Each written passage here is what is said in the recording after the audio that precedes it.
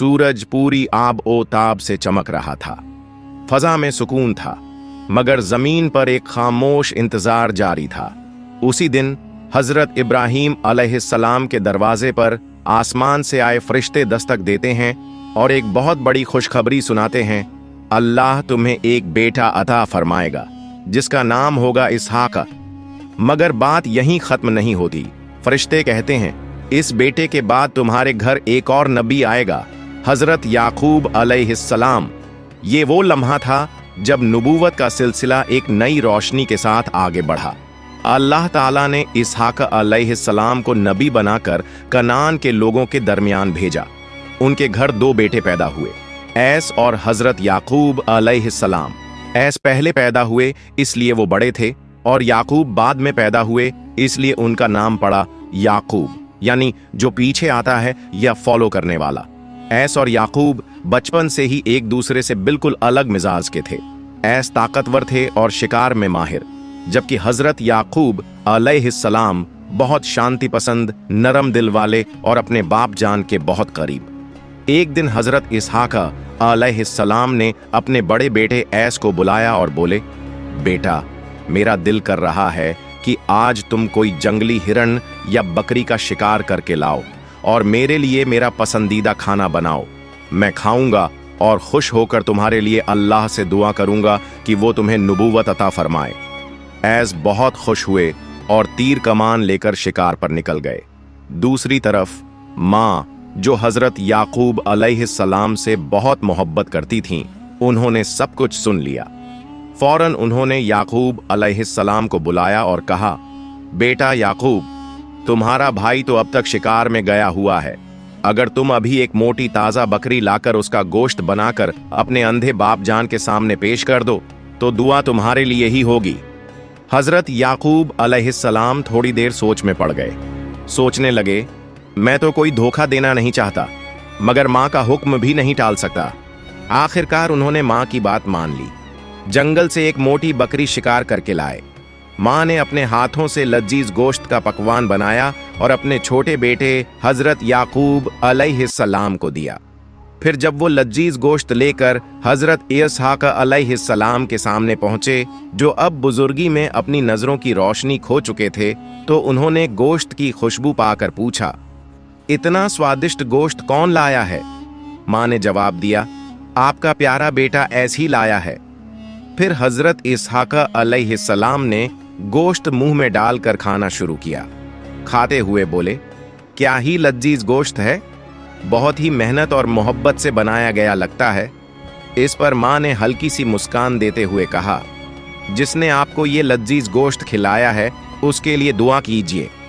इसके बाद हजरत इसहाक अलैहिस्सलाम ने दिल से दुआ करना शुरू किया, ऐ अल्लाह, जिसने मुझे ये लजीज गोश्त खिलाया है, आप उसे और उसकी औलाद को नबूवत का सिलसिला अता फरमाएं। ये दुआ बहुत ही सच्चे दिल से की गई थी, मगर हजरत इसहाक अलैहिस्सलाम ये नहीं जानते थे कि ये गोश्त उनके बड़े बेटे ऐस का नहीं, बल्कि छोटे बेटे हजरत याकूब अलैहिस्सलाम ने अपनी माँ रेबेका की योजना राहनुमा के तहत बनाकर खिलाया था।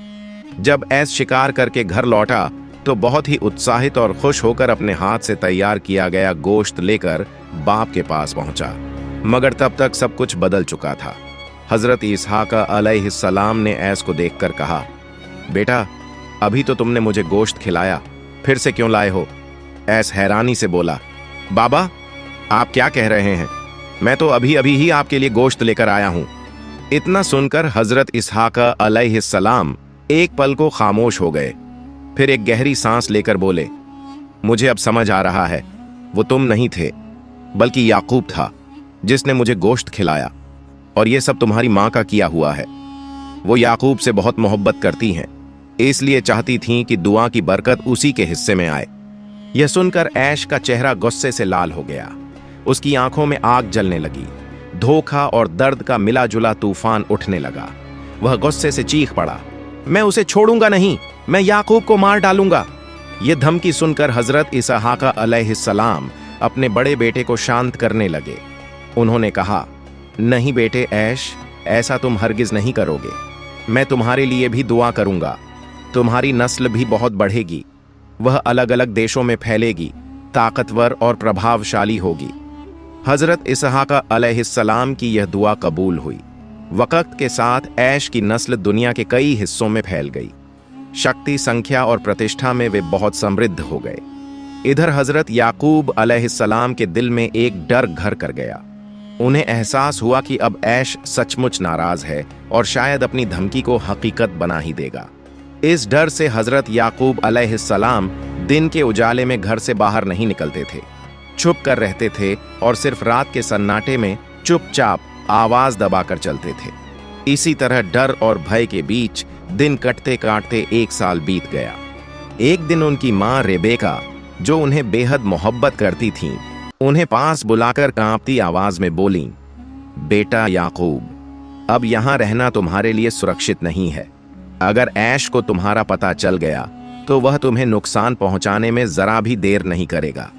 मेरी बात मानो, तुम फौरन अपने मामू के घर चले जाओ।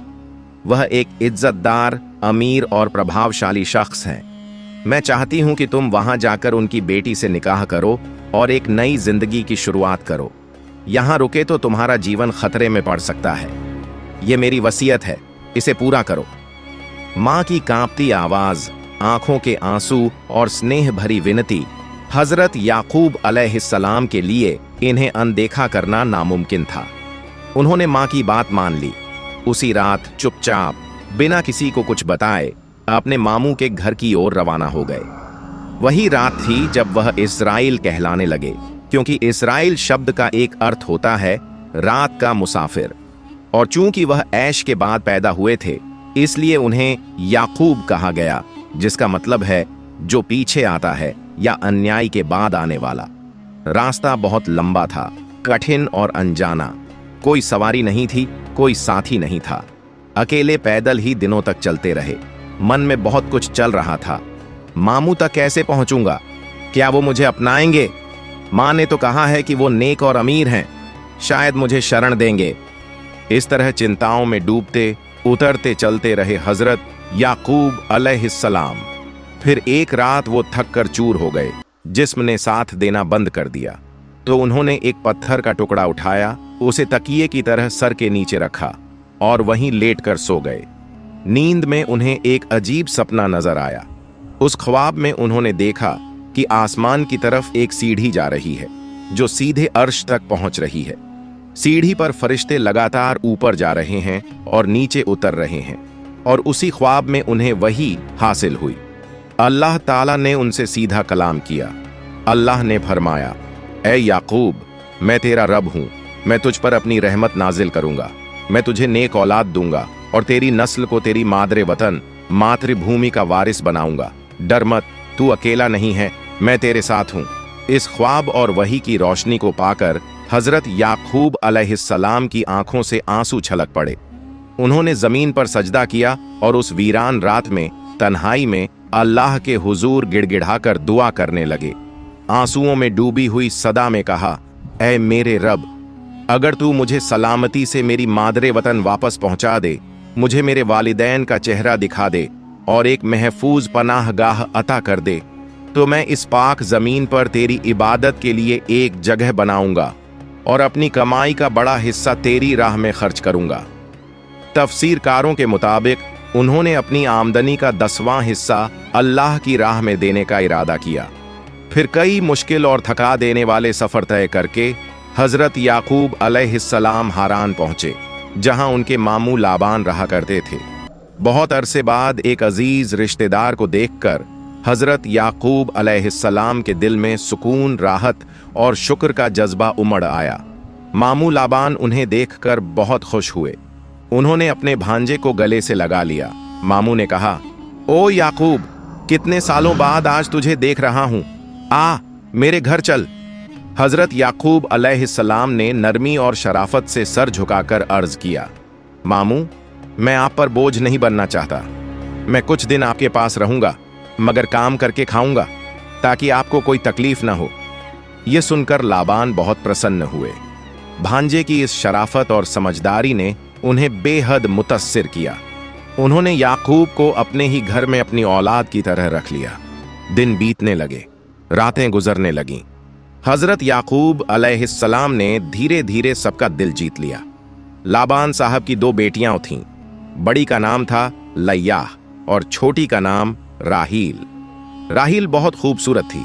उसके चेहरे में नजाकत और मधुरता थी और उसके सुलूक में नरमी और शिष्टता। हजरत याकूब अलैहिस्सलाम का दिल धीरे धीरे राहील की ओर खींचने लगा।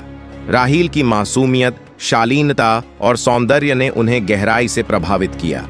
फिर एक दिन उन्होंने अपने मामू के पास जाकर कहा, मामू, मेरी माँ चाहती थी कि मैं अपनी ममेरी बहन से निकाह करूं। मैं राहील से निकाह करना चाहता हूं। क्या आप राजी होंगे? मामू थोड़े हैरान हुए, फिर हल्की मुस्कान के साथ बोले, निकाह तो करवा सकता हूं, मगर तुम मेरी बेटी के लिए मेहर क्या दोगे? हजरत याकूब अलैहिस्सलाम ने सर झुकाकर धीमी आवाज में कहा, मामू, इस वक्त मेरे पास कुछ नहीं है, लेकिन मैं आलसी नहीं हूं। मैं मेहनत कर सकता हूं। अगर आप इजाजत दें तो मैं 7 साल तक आपके लिए बकरियों की देखभाल करूंगा, खेतों में मेहनत करूंगा, और यही होगा राहील का मेहर। लाबान ने थोड़ी देर सोचकर कहा, ठीक है, अगर तुम मेरे लिए 7 साल तक काम करो तो मैं तुम्हें राहील से निकाह करने की इजाजत दूंगा। इस तरह हजरत याकूब अलैहिस्सलाम और उनके मामू के बीच एक समझौता हुआ। 7 साल की मेहनत और सेवा, और उसके बाद निकाह। वक़्त गुजरता गया और आखिरकार वो दिन आ ही गया जिसका इंतजार हजरत याकूब अलैहिस्सलाम ने बरसों से किया था। उन्होंने अपने मामू को वादा याद दिलाया। अदब और मोहब्बत से बोले, मामू जान, मैंने आपके लिए पूरे 7 साल खिदमत की है। अब मेरी शादी का वक़्त आ गया है। कृपया मेरा निकाह राहील से करवा दीजिए। मामू राजी हो गए। सारी तैयारियां मुकम्मल हुईं और निकाह भी हो गया। लेकिन शादी की रात जब हजरत याकूब अलैहिस्सलाम को बसरे का कमरा दिखाया गया तो उन्होंने देखा कि जो औरत उनके साथ है वो राहील नहीं, बल्कि उनकी बड़ी बहन लैयाह है। यह देखकर हजरत याकूब अलैहिस्सलाम हैरान परेशान रह गए। यह तो एक ऐसा धोखा था जिसकी उन्होंने कल्पना तक नहीं की था। उसी वक्त हजरत याकूब अलैहिस्सलाम अपने मामू के पास गए और दुख भरी आवाज में बोले, मामू, आपने मेरे साथ धोखा किया है। मैंने राहील से निकाह की तमन्ना की थी, न कि लैयाह से। आपने ऐसा क्यों किया? मामू ने गहरी सांस लेकर जवाब दिया, देखो याकूब, मैं जानता हूं कि तुम राहील को पसंद करते हो, लेकिन हमारे समाज में यह अच्छा नहीं माना जाता कि छोटी बेटी की शादी पहले कर दी जाए और बड़ी की नहीं। लोग मुझे इल्जाम देते, बदनाम करते, इसलिए मैंने ऐसा किया। फिर वो बोले, लेकिन चिंता मत करो, अगर तुम्हें राहील से सच में निकाह करना है तो तुम्हें मेरे लिए और 7 साल काम करना होगा। मैं वादा करता हूं, इस बार मैं राहील को तुम्हारे निकाह में जरूर दूंगा। हजरत याकूब अलैहिस्सलाम ये सुनकर थोड़े उदास तो जरूर हुए, लेकिन उनका दिल राहील से सच्चा मोहब्बत करता था। उन्होंने बिना किसी हिचकिचाहट के कहा, ठीक है मामू, मैं और 7 साल काम करूंगा। और इस तरह उन्होंने फिर से 7 साल लाबान साहब की खिदमत की। आखिरकार उन्हें अपनी चाहने वाली राहील से निकाह करने का सौभाग्य मिला। उस वक्त एक साथ 2 बहनों से निकाह करना जायज था। यह परंपरा हजरत इब्राहीम अलैहिस्सलाम के जमाने से चली आ रही थी, लेकिन बाद में जब हजरत मूसा अलैहिस्सलाम के द्वार में तौरात नाजिल हुई तो इस परंपरा को हराम करार दिया गया। अल्लाह ताला ने कुरान करीम में साफ फरमाया है, तुम 2 बहनों को एक साथ निकाह में मत रखो। लेकिन इससे पहले जो कुछ हुआ वो उस जमाने की शरअ के मुताबिक जायज था, इसलिए उसमें कोई गुनाह नहीं। अपने वादे के मुताबिक हजरत याकूब अलैहिस्सलाम ने फिर 7 साल तक अपने मामू लाबान की बकरियां चराईं। ये लंबा अरसा उन्होंने सब्र और मेहनत के साथ गुजारा। आखिरकार वो दिन आया जिस दिन उन्हें अपनी महबूबा राहील से निकाह करने का हक मिला। निकाह के बाद मामू ने उन्हें बहुत सारा माल दौलत, मवेशी और तोहफे दिए और अपनी दोनों बेटियां लैयाह और राहील हजरत याकूब अलैहिस्सलाम के साथ रवाना कर दी। हजरत याकूब अलैहिस्सलाम को मामू ने दामाद की हैसियत से बहुत मोहब्बत दी। लैयाह के गर्भ से अल्लाह ताला ने उन्हें एक के बाद एक 6 बेटे अता किए। रूबन, शमून, लावी, यहूदा, जकार और जबलून। इन 6 बेटों के नाम तौरात में भी साफ तौर पर दर्ज हैं, मगर राहील जिन्हें हजरत याकूब अलैहिस्सलाम दिल से मोहब्बत करते थे, वो कई वर्षों तक बेऔलाद रहीं। वो इस हालत से बहुत दुखी रहा करती थीं। एक दिन वो अपने गम में डूबी हुई अपनी लौंडी बलहा को बुलाकर बोलीं, मैं माँ बनने की तमन्ना रखते हुए भी माँ नहीं बन पा रही। मैं तुम्हें हजरत याकूब अलैहिस्सलाम की खिदमत में देती हूँ। अगर तुम माँ बनी तो मैं उसी में खुश रहूंगी। उस जमाने में यह रिवाज था कि अगर किसी औरत के यहाँ औलाद न हो तो वो अपनी लौंडी नौकरानी को अपने शौहर के पास भेज देती थी। लौंडी से जो बच्चा पैदा होता था उसे भी उसी औरत का बच्चा माना जाता था। बिल्हा को याकूब अलैहिस्सलाम की सेवा में दिया गया और अल्लाह की रहमत से बिल्हा के गर्भ से 2 बेटे पैदा हुए, दान और नफ्ताली। यह देखकर लैया ने भी अपनी लौंडी को बुलाकर कहा, तुम जाओ, मैं तुम्हें याकूब अलैहिस्सलाम की सेवा में भेज रही हूं। उस लौंडी के गर्भ से भी 2 बेटे पैदा हुए, गाद और आशीर। अल्लाह की बेहिसाब रहमत से आखिरकार एक दिन राहील स्वयं गर्भवती हुई। उस समय उनका दिल खुशी से भर उठा। वो बार बार अल्लाह का शुक्र अदा करने लगीं। वो कहती, ऐ अल्लाह, तू तो बिना मांगे भी बहुतों को देता है और मैं तो तुझसे रो रो कर मांग रही थी। आज तूने मेरी दुआ कबूल कर ली, मेरे आंसुओं को सुन लिया। राहील के गर्भ से एक बेजोड़ संतान पैदा हुई, हजरत यूसुफ अलैहिस्सलाम। वे बहुत ही हसीन और सुंदर थे। कुरान पाक में उनके हुस्न का जिक्र इस अंदाज में आया है जो उन्हें बेजोड़ और लाजवाब बना देता है। हजरत याकूब अलैहिस्सलाम के इस तरह एक एक करके कुल 11 बेटे हुए, लेकिन उनके दिल में सबसे खास जगह हजरत यूसुफ अलैहिस्सलाम ने बनाई। वो उन्हें अपने बाकी सभी बेटों से ज्यादा प्यार करते थे।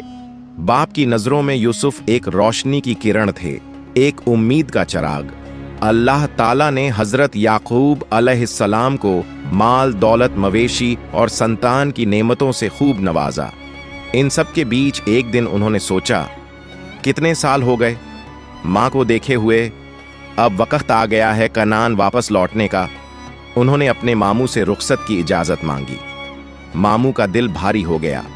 उन्होंने गमगीन लहजे में कहा, तुम तो अब मेरे घर का हिस्सा बन गए हो, तुम्हें विदा करना बहुत मुश्किल है, मगर जाओ, अल्लाह तुम्हारे साथ हो। मामू ने उन्हें बहुत सा माल, दौलत, मवेशी, अपनी दोनों बेटियां और दासियां देकर विदा किया। इस तरह एक बड़ा काफिला तैयार हुआ, बीवियां, बच्चे, मवेशी और नौकर चाकरों के साथ। हजरत याकूब अलैहिस्सलाम चल तो पड़े, मगर अब भी दिल में वो रंज और नफरत लिए बैठे थे।